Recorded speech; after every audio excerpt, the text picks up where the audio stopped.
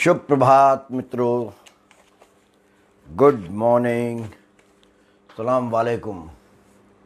कल आपसे मुलाकात नहीं कर पाने का अफसोस, कुछ और काम ऐसा सुबह सुबह सर पर आ पड़ा था कि अपनी दिनचर्या में व्यवधान आ गया। बहुत अच्छी कविता सुनाने जा रहा हूँ आपको। ये कविता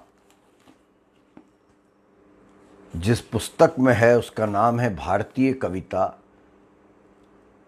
1958 के दौरान भारतीय कविता, जिसमें जो साहित्य अकादमी नई दिल्ली से पुस्तक प्रकाशित हुई थी 1959 में, और प्रकाशक हैं साहित्य अकादमी दिल्ली।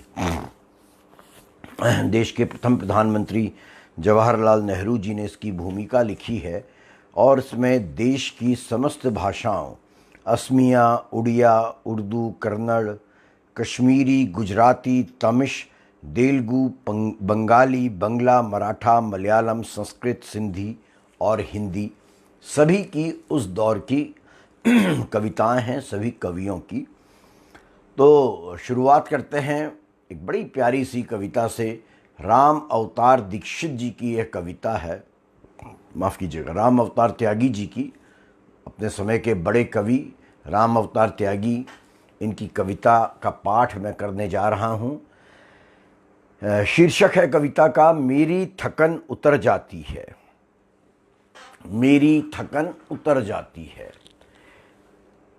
हारे थके मुसाफिर के चरणों को धोकर पी लेने से, हारे थके मुसाफिर के चरणों को धोकर पी लेने से मैंने अक्सर यह देखा है, मेरी थकन मिट जाती है।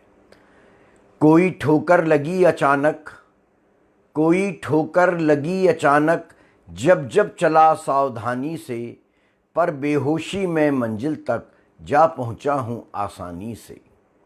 रोने वाले अधरों पर अपनी मुरली धर देने से, रोने वाले अधरों पर अपनी मुरली धर देने से मैंने अक्सर यह देखा है, मेरी तृष्णा मर जाती है। प्यासे अधरों को बिन परसे, प्यासे अधरों को बिन परसे, पुण्य नहीं मिलता पानी से। याचक का आशीष लिए बिना स्वर्ग नहीं मिलता दानी को। खाली पात्र किसी का अपनी प्यास बुझाकर भर देने से मैंने अक्सर यह देखा है, मैंने अक्सर यह देखा है, मेरी गागर भर जाती है। लालच दिया मुक्ति का जिसने, लालच दिया मुक्ति का जिसने, वह ईश्वर पूजना नहीं है। बनकर वेद मंत्र सा मुझको मंदिर में गूंजना नहीं है, मंदिर में गूंजना नहीं है। संकटग्रस्त किसी नाविक को निज पतवार थपा, संकटग्रस्त किसी नाविक को निज पतवार थमा देने से मैंने अक्सर यह देखा है, मेरी नौका तर जाती है, मेरी नौका तर जाती है। हारे थके मुसाफिर के चरणों को धोकर पीने से मैंने अक्सर यह देखा है, मेरी थकन उतर जाती है। पुराने दौर की कविताओं का आनंद ही कुछ और। बहरहाल, जो मैंने जिया कमलेश्वर जी की जीवनी का पाठ कर रहा था, आज उसका चौथा अध्याय पढ़ने जा रहा हूँ।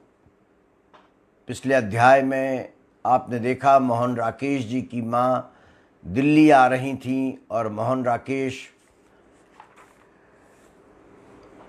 कमलेश्वर जी को ये बता के कि माँ आ रही है खुद गायब हो गए और कमलेश्वर खुद फटे हाल थे। चाय तक के लिए पैसे नहीं हुआ करते थे, लेकिन माँ तो माँ है और माँ आ रही हैं अमृतसर से दिल्ली। आगे क्या हुआ आज के पाठ में। शीर्षक है इस अध्याय का, वे धरती से कटकर गमलों में खिलने के दिन थे।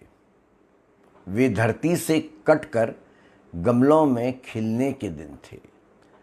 माँ को स्टेशन से लाने के लिए पैसे नहीं थे। ऐसे आड़े वक्त में परदुमन काम आया। उसकी हालत भी खस्ता थी। स्टेशन तक तो पैदल भी जाया जा सकता था, लेकिन अम्मा को तो स्कूटर में लाना ही था। समस्या संगीन थी, क्योंकि अंडे वाले से बचने के लिए हम दोनों ही सुबह सुबह आधे घंटे के लिए घर से गैर हाजिर हो जाते थे। प्रद्युमन की हालत मुझसे भी बदतर थी। वह कम्युनिस्ट तो था ही, साथ ही कम्युनिस्टों के औसत आदर्शवाद से ज़्यादा आदर्शवादी भी था। वह उतना संघर्षवादी नहीं था, बहुत शांत और संयमित व्यक्ति था और बहसों आदि में अहिंसावादियों की तरह शिरकत करता था। लेकिन वह बहुत दृढ़ विचारों का व्यक्ति था। वह शायद इस नतीजे पर पहुंच चुका था कि मार्क्सवादी समाजवादी समाज बनाने में उसे पार्टी और जनसंघर्षों में शामिल होना पड़ेगा, परंतु उसकी व्यक्तिगत मुश्किलों में कोई कॉमरेड या उसकी पार्टी शिरकत नहीं करेगी। वह अपने परिवार के भयानक विरोध के बावजूद कम्युनिस्ट पार्टी का सदस्य बना था और उसके माँ बाप ने उसे घर से निकाल दिया था। उसने भी घर से सारे नाते तोड़ दिए थे। उसकी एक बहन दिल्ली में ब्याही थी, उसे वह बहुत प्यार करता था, लेकिन राखी वाले दिन वह घर से नदारद हो जाता, क्योंकि बहन को देने के लिए उसके पास 10 रुपये भी नहीं होते थे। उसकी बहन राखी और मिठाई का डिब्बा छोड़कर चली जाती। दूसरे दिन प्रद्युमन राखी बांध लेता और मिठाई बांटते बांटते उदास हो जाता था। उसके माता पिता को उसकी हालत का पता चल चुका था। वे नहीं चाहते कि प्रद्युमन विपन्नता की ऐसी कठिन जिंदगी गुजारे, लेकिन वे काफ़ी अमीर थे। 2 साल पहले वे मुझसे मिले थे। वे प्रद्युमन से मिलने ही आए थे और उसे मना मुना कर पंजाब वापस ले जाना चाहते थे, पर तब प्रद्युमन उस वक्त घर पर नहीं था। दोनों ने दोपहर तक उसका इंतज़ार किया। प्रद्युमन शायद उस बीच वापस लौट आया, पर जंगले की खिड़की से अपने माँ बाप को बैठा देखकर लौट गया था। मुझे भी कुछ आभास हुआ था। जब प्रद्युमन के भीतर आने के कोई आसार नज़र नहीं आए तो उसकी माँ की आंखें आंसुओं से भर आई थीं। बड़े दुख से वे बोली थीं, उसने हमें देख लिया है, अब तो वह वापस नहीं आएगा। थका हारा घर में आराम करने के लिए लौटा होगा। हमें देखकर अंदर भी नहीं आ पाया। अब चलें, नहीं तो वह लौटेगा ही नहीं। मैं उसे खूब पहचानती हूँ। तब उसके पिता सरदार जी ने एक और रास्ता निकाला था। वे मुझसे बोले थे, कमलेश्वर बेटे, तुम 10,000 रुपये रख लो, अपने बैंक में डाल देना। प्रद्युमन हमसे तो कुछ लेता नहीं, तुम उसे दोस्त की तरह इन रुपयों में से पैसे धीरे धीरे देते रहना, वह तुमसे ले लेगा। वह मुझसे भी नहीं लेगा। पहली बात तो यह कि वह कभी किसी से कुछ मांगता नहीं, और दूसरी बात यह कि वह मेरे हालात भी अच्छी तरह जानता है। उसे ज़रूर शक होगा कि मेरे पास ये पैसे कहाँ से आए। मैंने कहा था, कमलेश्वर ठीक कह रहा है। तुमने देखा, वह बिजली का पंखा भी वैसा बंधा है जैसा हमने गर्मियों में भेजा था। उसने खोला तक नहीं। प्रद्युमन की माँ ने बड़ी उदासी से कहा था। और तब मुझे उस पंखे का रहस्य पता चला जो प्रद्युमन के कमरे के कोने में पिछले 2-2.5 साल से रखा था। नया पंखा, पूछने पर जिसके बारे में प्रद्युमन ने बताया था, वह किसी दोस्त का है जो उसके पास रख गया है। जलती गर्मियों में आंगन में लेटकर दफ्तियों से वह हवा करता रहा, पर प्रद्युमन ने वह पंखा कभी इस्तेमाल नहीं किया, क्योंकि उसके मुताबिक वह पंखा एक अमानत था। उस दिन प्रद्युमन के इस अमानत वाला रहस्य का पता मुझे चला। मुझे तो नहीं मालूम था, पर एक रोज़ प्रद्युमन ने अपनी अलमारी में अखबार के नीचे 100-100 के रुपये के 5 नोट रखे पाए थे। उन्हें मरे हुए चूहे की तरह पकड़े हुए मेरे कमरे में आया और बोल रहा, देख रहे हो दोस्त, यह रुपये मेरी माँ रख गई है कि मैं न जान सकूं। अब रहम करते हैं ये लोग। और प्रद्युमन ने वह रुपये उसी तरह वहीं अखबार के नीचे रख दिए। भूखा मरता रहा, लेकिन उसने वह रुपये छुए तक नहीं। लेकिन राकेश की माँ के आने के दिन तो हालात बहुत विकट थी, और मैंने प्रद्युमन के 100-100 के वे 5 नोट नोट याद दिलाए तो भभकते हुए उसने कहा, नहीं, उन नोटों को हाथ नहीं लगाना है। तब मैंने उसे समझाया था, नोटों के नंबर तो तुम्हारी माँ नोट करके नहीं लेकर गई होगी। एक नोट निकाल लो, हम फिर 100 का दूसरा नोट रख देंगे। तुम जब चाहो तो यह 500 रुपये लौटा देना। नहीं, प्रद्युमन चीखा था, यह नोट नहीं, ये कांच के टुकड़े हैं जो मुझे लहूलुहान करते हैं, मुझे बेइज्जत करते हैं। आज 15 बरस हो गए, मेरे 15 सालों की मजाक उड़ाते हैं ये नोट। क्या मैं पिछले 15 सालों से कभी भूखा नहीं रहा? अगर रहा हूँ तो आज भी भूखा ही जी सकता हूँ। बहुत हुज्जत के बाद आखिर यह तय हुआ कि उन 5 नोटों में से एक नोट 10 रुपये पर गिरवी रख दिया जाएगा और कर्जा चुकाने के बाद वही नोट वापस लाया जाएगा और वहीं रख दिया जाएगा। रोहतक वाले सरदार जी के यहाँ मेरी रोमर घड़ी पहले से ही गिरवी रखी थी। जब हम 100 रुपये का एक नोट 10 रुपये पर गिरवी रखने पहुँचे तो सरदार बहुत हंसा था। उसने हमारा काफ़ी मजाक बनाया, हमें चाय पिलाई और 100 रुपये का वह नोट एक लिफाफे में रखकर हमें 9 रुपये दे दिए थे, ब्याज का 1 रुपया काट कर। जब हम दुकान से निकले तो बाहर तक हमें छोड़ने आया और हमें ऐसे ताज्जुब से देखता रहा जैसे हम किसी दूसरी दुनिया के बाशिंदे हों। प्रदुमन तब जेब में 9 रुपये डालकर पैदल स्टेशन गया और राकेश की माँ, हम सबकी माँ को स्कूटर में बैठाकर ले आया था। हिमालय जैसी नैतिकता की एक और शिला मेरे जीवन में स्थापित हो गई थी। माँ के घर पहुँचते ही राकेश एकाएक पहुँचा। मैं उसकी इस तिलस्मी आमद रफ्त को समझ नहीं पाया। कुछ गुस्सा भी आया और वो गुस्से में आकर मैं बरस पड़ा। यह क्या तमाशा है? मैं क्या करूं डियर? पुष्पा के भाई मुझे जान से मार डालने को उतारू हैं। लेकिन पुष्पा को तूने छोड़ा क्यों?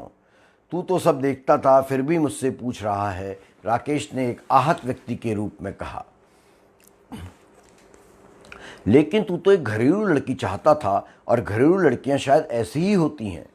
लेकिन पुष्पा तो मॉडर्न बनकर काफ़ी हाउस में आती थी, तूने तो देखा है, राकेश बेहद तकलीफ से बोला था। और तब तक कुछ मेरे सामने निकट अतीत की एक फिल्म की तरह तैरता हुआ दृश्य गुजर गया। जनपथ का कॉफ़ी हाउस, पुष्पा ठोड़ी तक फैली हुई, सस्ती लिपस्टिक लगाए, हील वाली सैंडल पहने, साड़ी के पल्ले को किसी फैशन मॉडल की तरह लहराते हुए दाखिल होती है और इधर उधर देख राकेश की मेज पर दौड़ती हुई हाजिर होती है, उसे चूमती है। हाय मैं मर जावा तुसी। राकेश शटअप, राकेश धीरे से बोलता है, अपने होठों और गालों पर लगी हुई लिपस्टिक को पोंछता हुआ। Learn social etiquette. तो तुम मुझे एटिकेट समझाओगे? क्यों? मेरे भाई तुमसे ज़्यादा पढ़े लिखे हैं। मेरा गुरदासपुर वाला भाई तुमसे ज़्यादा अंग्रेजी जानता है, मैं तुमसे ज़्यादा संस्कृत जानती हूँ और हम सब तुमसे ज़्यादा हिंदी जानते हैं। पर छोड़, तू तो मेरा डैश डैश डैश। पुष्पा बोलती है और राकेश उसे लपेट कर प्यार जताता हुआ काफ़ी हाउस से बाहर चला जाता है। कीर्ति नगर का घर। खाना खाते देर हो जाती है तो राकेश मुझे वहीं रोक लेता है। पुष्पा और राकेश सोने के लिए अपने कमरे में चले जाते हैं और आधी रात में पुष्पा की आवाज़ आती है, माँ जी ये मुझसे खेलते नहीं। और शायद उस खेल से राकेश तंग आ गया था। मुझे यह नहीं मालूम कि राकेश ने किस बात पर अपना घर तोड़ दिया, परंतु मैं इतना ज़रूर समझ सकता हूँ कि दोस्तों से अधिक राकेश की महिला दोस्तों ने पुष्पा को नापसंद किया था। यह दिल्ली का वह दौर था जब दिल्ली के नए सामाजिक और सार्वजनिक प्रतिमान स्थापित हो रहे थे और दिल्ली अपना लाहौर खोज रही थी। सांस्कृतिक क्षेत्र में भी नित नित नए प्रयोग हो रहे थे और राकेश कहानी लेखन से ज़्यादा नाट्य लेखन की ओर मुड़ता जा रहा था। उस पूरे माहौल में जो सांस्कृतिक रूप से यथार्थ भी था, अधकचरा और बनावटी भी, उसमें उठते बैठते चलते फिरते पुष्पा फुट नहीं हो पा रही थी। राकेश को दोस्तों को बुलाने और उनके साथ शामें गुजारने का बहुत शौक़ था। ये शामें विशुद्ध दोस्ती की शामें भी हुआ करती थीं और व्यावसायिक संबंधों की भी। जो संस्कृति दिल्ली में पनप रही थी, उसमें महिला का स्थान घर से ज़्यादा सजावटी उपादान का होता था। पुरुष की महत्ता की वह एक शर्त बनती जा रही थी। हर एक को हर ऐसी महिला की ज़रूरत महसूस होती जो उपस्थित होते ही चमत्कृत कर दे, जो बुद्धिजीवी भी लगे और अभिनेत्री भी, जो रहस्यमय भी लगे और सहज भी। दूरदर्शन भी ऐसी संस्कृति के उदय में अपना योगदान दे रहा था और रंगमंच की बढ़ती सक्रियता में एक गंभीर जाति का जन्म हो रहा था। यह एक तरह से सामाजिक, सांस्कृतिक और पारिवारिक प्रयोगवाद का दौर था। इस प्रयोग में पुरुष ही नहीं महिलाएं भी बढ़ चढ़कर हिस्सा ले रही थीं और एकांतिक बुद्धिजीवी परिवारों की धारणा महत्वपूर्ण होती जा रही थी। इस आवश्यक समय के साथ ही पुरस्कारों और वजीफों की साहित्यिक संस्कृति भी पनपने लगी और लोक संस्कृति के साथ साथ ही आधुनिकता का अंधड़ भी आया हुआ था। यह आंतरिक और पारिवारिक सौंदर्य के अवमूल्यन के दिन थे। ये धरती से कटकर गमलों में खिलने के दिन थे। दूरदर्शन का तात्कालिकता का परिणाम था कि मेरी स्थिति सुधरने लगी। वही दूरदर्शन जो 275 रुपये मासिक से ज़्यादा मेरी तनख्वाह नहीं बढ़ा पाया था, अब स्पेशल परमिशन ले लेकर मुझे 2,500-3 हज़ार रुपये के मासिक कॉन्ट्रैक्ट देने लगा। मेरी आर्थिक स्थिति एकाएक सुधरने लगी थी। मैं मैनपुरी जाकर अपनी पत्नी गायत्री और दूसरी बेटी मानू को ले आया था। हालांकि वे दुर्दिनों में ही मेरे पास आए थे और उन दिनों दूसरी बिटिया मानू के भी जीवित रहने के आसार नहीं थे, लेकिन अब हम खिचड़ी के सहारे जी सकने योग्य हो गए थे, पर इतने योग्य नहीं हो पाए थे कि मानू का इलाज करा सकें। ऐसे मुश्किल समय में डॉक्टर राम किशोर द्विवेदी ने मानू की जिम्मेदारी संभाल ली थी और उसे जीवित कर दिया था। दिन बदलने लगे थे। एकाएक दूरदर्शन का बहुत काम आने लगा लेखन का, क्योंकि वहाँ अभी तक मेरी जगह कोई स्क्रिप्ट राइटर नियुक्त नहीं हुआ था। तब बनारस से ए प्रताप आए थे। प्रताप ने तब तक कुछ एक अच्छी कहानियाँ लिखकर अपनी लेखकीय पहचान बना ली थी। राकेश अभी भी गर्दिश में था। उसके पीछे पुष्पा के भाई पड़े थे और वे मार तोड़ से अपनी बहन का मसला सुलझाना चाहते थे। इसलिए राकेश टैक्सियों में छुप छुप कर आता जाता। उसे जान से मार डालने की धमकियां भी दी गईं और उन्हीं दिनों हम दूसरे ऐसे घर की तलाश में जुट गए जहां हम दोनों साथ साथ रह सकें। आखिर हमने एक घर तलाशी लिया। पूसा रोड के पीछे WEA में नंबर था 8/54।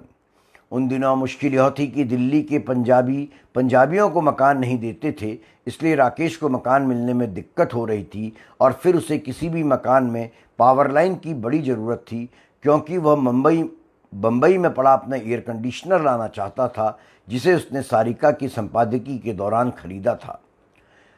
समय समतल हो रहा था। राजेंद्र यादव प्रकाशन खोलने की सोच रहा था। प्रताप दूरदर्शन में नियुक्त हो गया था और मैं और राकेश WEA वाले मकान में रहने चले गए।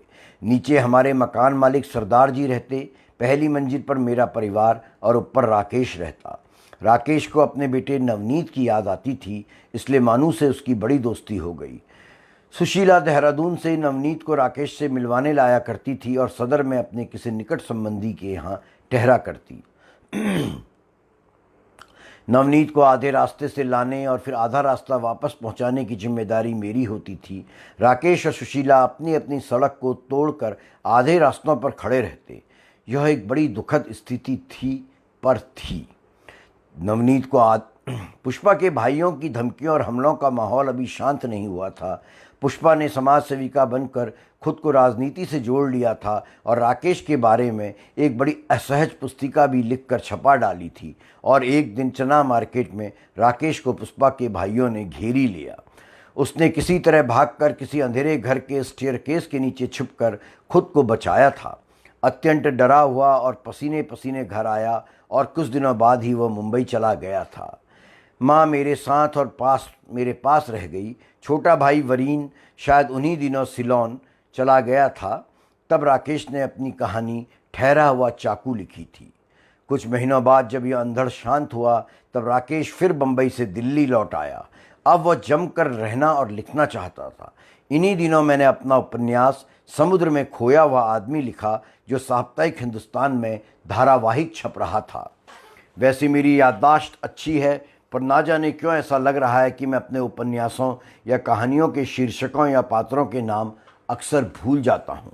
शायद यह इसलिए भी कि मैंने कभी भी अपनी रचना को किसी व्यक्ति पर आधारित नहीं किया। वह हमेशा ही स्थितियों पर आधारित रही है और अधिकांश में कई व्यक्तियों के समुच्चय से मेरे पात्रों ने जीवन धारण किया है। नाईवालान में रहते हुए, लौटे हुए मुसाफिर और डाक बंगला उपन्यास तथा दिल्ली में एक मौत, खोई हुई दिशाएं, दूसरे, मांस का दरिया, नीली झील जो लिखा नहीं जाता आदि कहानियाँ लिखी गई थीं। दूरदर्शन लेखन भी चलता ही रहता और मैं प्रताप, शिवेंद्र सिन्हा, राजेश्वर नाथ, इस्लामुद्दीन, जीडी सुकुल, साधन मलिक, नरेंद्र कुमार, जया चंदीराम या कृष्णमूर्ति जी से मिलने जाता ही रहता था। मेरी आमदनी का मुख्य स्रोत दूरदर्शन ही था। लेखन से तब भी पर्याप्त पैसा नहीं मिलता था। नई कहानियाँ ही तब हमारा मुख्य मंच था और भैरव प्रसाद गुप्त हमारे सर्वोच्च संपादक। भैरव भाई ने कहानी और नई कहानी पत्रिका को पाला पोसा था। उन्होंने निर्देश कभी नहीं दिए, पर संपादन के नए प्रतिमान स्थापित किए और खुद उनके अनुभव से मैंने सीखा कि संपादन सिर्फ शब्दों के हेर फेर का कौशल नहीं, संपादन यथार्थ को वहन करने के साहस का दुघर्ष कार्य भी है, प्रतिबद्धता का सवाल भी है और आते हुए नए को सहजने की शर्त भी है।